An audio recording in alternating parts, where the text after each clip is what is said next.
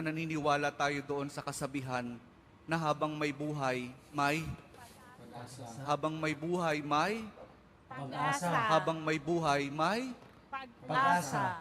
pagsubok.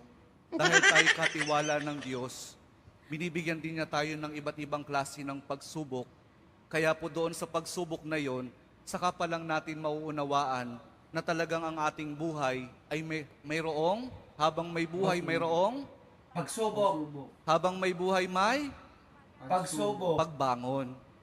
Huwag niyong hayaan na kapag meron kayong pinagdaraan ng pagsubok, ay hindi kayo babangon. Kailangan meron tayong pagsumikap na pagtsatsagaan natin yung ating mga pagsubok na pinagdaraanan. At kapag merong pagsubok at merong pagbangon, saka pa lang natin mauunawaan na talagang ang ating buhay, na habang may buhay, may Pagbangon. habang may buhay, may Pagbangon. pag-ibig.